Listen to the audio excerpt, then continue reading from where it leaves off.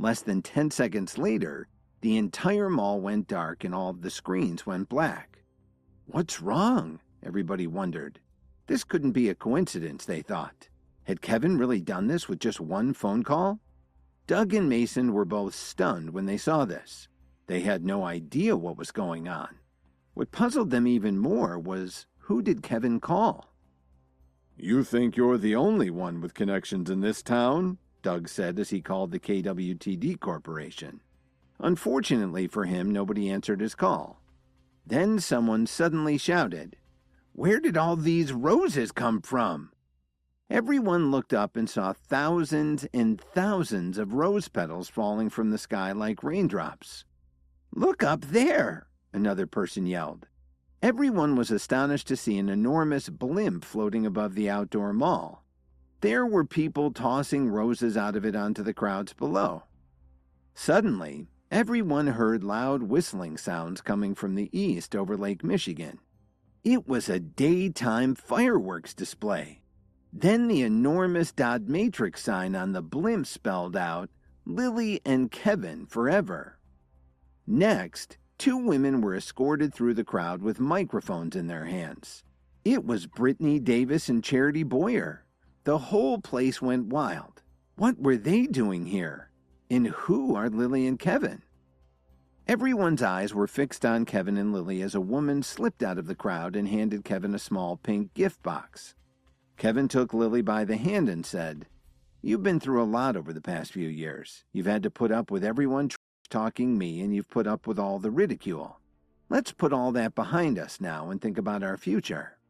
Then he got down on one knee and held out a ring with a diamond as big as a walnut and said, "I love you, Lily. Will you marry me? Again?" Lily's eyes filled with tears and she covered her mouth to keep from screaming. She was so full of joy. "Say yes!" someone shouted from the crowd. Nobody knew who it was, but everybody joined in, repeating over and over, "Say yes!" When Kevin put the ring on Lily's trembling finger, she was so excited that she hugged him as tightly as she could, not wanting to ever let go. "Do you like my surprise?" Kevin asked. His only regret was that the fireworks would have worked a lot better at night. "I like it. I really like it," Lily replied excitedly. Suddenly, a huge commotion interrupted this touching scene and everyone started to panic. "Everybody, run!" came a scream by the entrance to the mall. Kevin looked over and saw a huge group of men dressed in white holding out large knives as they ran through the crowd. There was a large middle-aged man leading them and he looked like he was ready to kill someone. It was Craig Hill, Nolan Hill's father. After Kevin beat up Nolan, he spent almost a week in the hospital and it looked like he might not pull through. He was still bedridden and his prognosis wasn't great. When he heard about this, Craig was furious.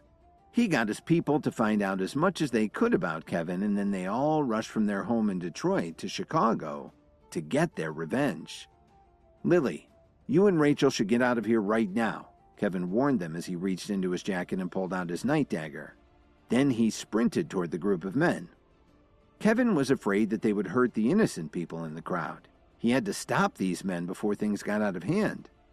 "Kevin," Lily anxiously called out to her husband. "Lily, let's go. If Kevin is running at them, he must know what he's doing.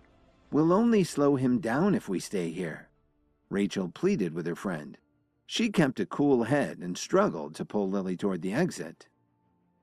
"Let's get out of here, then call the police. That's the only way we can save Kevin," Rachel insisted. "So, you're the head of the Hill family?" Kevin asked as he stood in front of them holding the night dagger in his hand.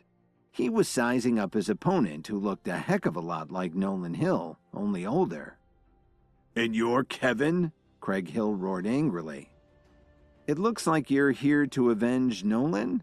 Kevin inquired. He was doing his best to buy as much time as possible so that more people could get to safety. "You've ruined my son's life. Now I'm going to take your life to even up the score," Craig growled as he waved his knife at Kevin and shouted to the men behind him. As soon as the words left his mouth, they all ran towards Kevin. Kevin was absolutely enraged by this, and he gathered his energy together to face them alone. He was already far more powerful than any of the Hill family's men. The only thing that made the fight equal was that there were so many of them.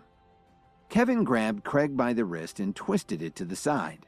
The move made his attacker's knife fly out of his hand. Then Kevin gave him a sharp kick to the ribs. As Kevin turned around, he felt at least 4 men approaching him from the rear, slashing with their knives.